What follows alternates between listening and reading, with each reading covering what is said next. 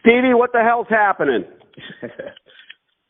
Everything, same old day, different toilet, I guess you'd say, something like that. You know what, Stevie? I hate when I'm right because it's so boring. It just happens so often. I said that Austin would write back within the week if we ignored him, and it took him exactly 3 days. Exactly. He writes back, any update? The landlord's been getting a lot of action on this space. Wow.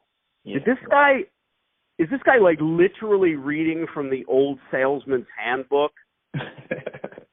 What a joke. They're getting so much action on this space that I need to write to you and ask if there's any update.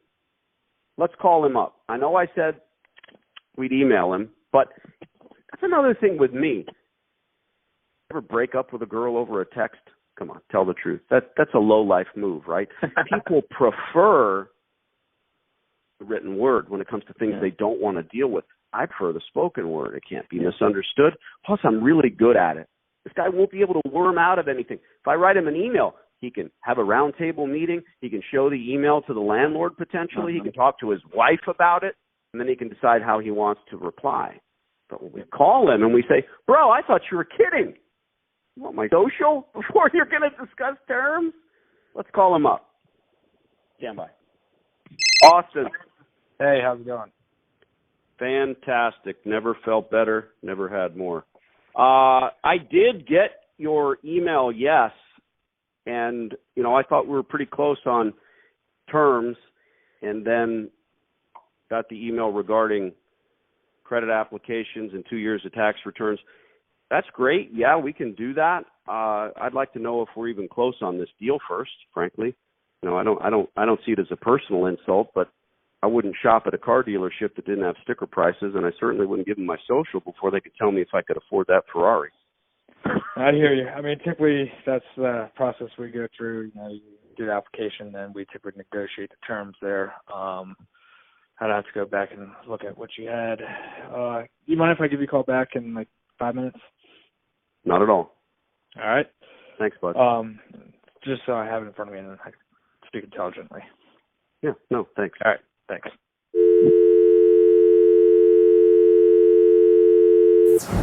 Yo. How's it going? Fantastic. All right. Now I got this stuff in front of me. So the current the cost per square foot we're asking is $21.54. And total square footage is $3,462 square feet, which roughly comes out to $6,213 for the base rent plus the Cayman real estate taxes there. Right, so your ask is based on market rate of rent, other variables, et cetera, and I can't say I blame you. You're not collecting that now. If any laundromat operator came in and offered that. That is what we're collecting now. Okay. So why are you looking to bounce your tenant? Well, like you said, you go in there, half their machines don't work. I think we could get a good operator in there that knows what they're doing, come in, clean the space up, and actually be able to run a and I'm not business there trying that will pay rent. Yeah, I'm not trying to set you up here, but here's the thing. A laundromat is a different animal. It has nothing to do with market rate. I'm not selling empanadas. I don't know anything about that. I know how to eat them. I'm not a dollar store where I mark up product. I'm not a nail salon where I'm basically selling a service. We resell gas, water, and electric. I need to be at or below $1 a square foot for this to make sense. And here's the other thing. I'm going in and spending, it'll be close to $400,000 on washers and dryers in this store. And I've got that debt service. That's what makes us different than your current operator. That debt service is ongoing for the 15 years of that term. Because every 7 years, we're retooling that store. Gotcha. And we talked about that. Yeah. As you can see, does it make sense for us to send back a credit app? There's no problem with that. Yeah. But let's go back to the drawing board and find out if this is even feasible. Look, you've got options. Again, I know laundromats. You can vanilla that space and maybe even split it and put an optometrist in one half and a dollar store in the other, whatever makes sense. Or leave it a laundromat, defined use. Don't spend the money. Don't bring the contractors in. Let us do the work. Keep it the way it is. That's just what I've been doing for 15 years. Understand. Yeah, but unfortunately, we won't be able to come down to that price that you're looking for. I mean, I hear you saying what you can do. Go through the LOI and tell me what you can. And again, I know what's feasible. Our debt service is not astronomical because I know the prices I can pay for the equipment. And maybe this one doesn't happen for us. But if you find another operator willing to spend that rate, they're not going to be long for the world. So for the rent abatement, I mean, I could give you 6.5 months rent abated, HVAC. Yeah, of course, we turn all that over in good working condition. Ceiling tiles, anything that needs to be replaced, we can do that. The signage, that's your responsibility there. Well, I hear you're talking about everything on the LOI, but the most important is the first thing we mentioned, which is the rate of rent. If we can't make that work, that's not going to work then. Exactly. So go through it line by line, write down what you can do, and let us know. All right. Maybe it works, maybe it doesn't. Thanks for calling me back. Of course. Bye. Bye-bye. Oh, so what just happened? We just had a lease negotiation without filling out a credit application, just like I told you.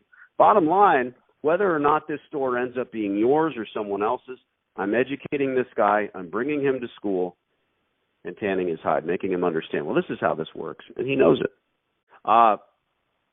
So did you have to fill out a credit application in order to negotiate? No. So I don't understand how you even called back. You gave him to leave a letter of intent, so I don't understand it. What don't you understand? Why did he call if they're not even interested in what was written on the letter of intent? Because you told him it was like the dollar per square foot, and he said, well, we're not willing to go that far down. Well, why did you call back? Why did you knew what the terms were, and like you said, you thinking that this call is pretty much to talk about. Have you ever signed a commercial lease? No.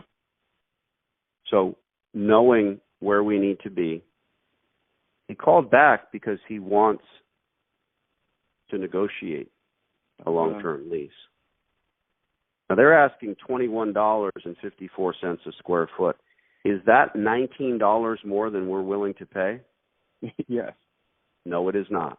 Well, hold on. It's because you said 24, so it's 12, so it's $7 more. There you go. Yeah. Well, it's not 19 times. I'm talking about now. We're talking about arithmetic. It's not 19 times more, but it's almost double. 12 is to 24. What 1 is to 2. Yeah. Okay. So they're thinking in terms of years, and we think in terms of months. Yeah. Just the way it is. It's the same diff. Yeah. But we're close because he's calling back. But here's the point of all this. Oh, fill out credit app before we'll talk to you. That did not turn out to be the case, did it? No. Okay. If nothing else, we have proved that point, that you don't play that game, you don't get that dirty end of the stick and say, oh, yeah, here's my 2 years of tax returns so that you can, please, Mr. Landlord, anoint me with a lease. Doesn't seem to make sense because it doesn't.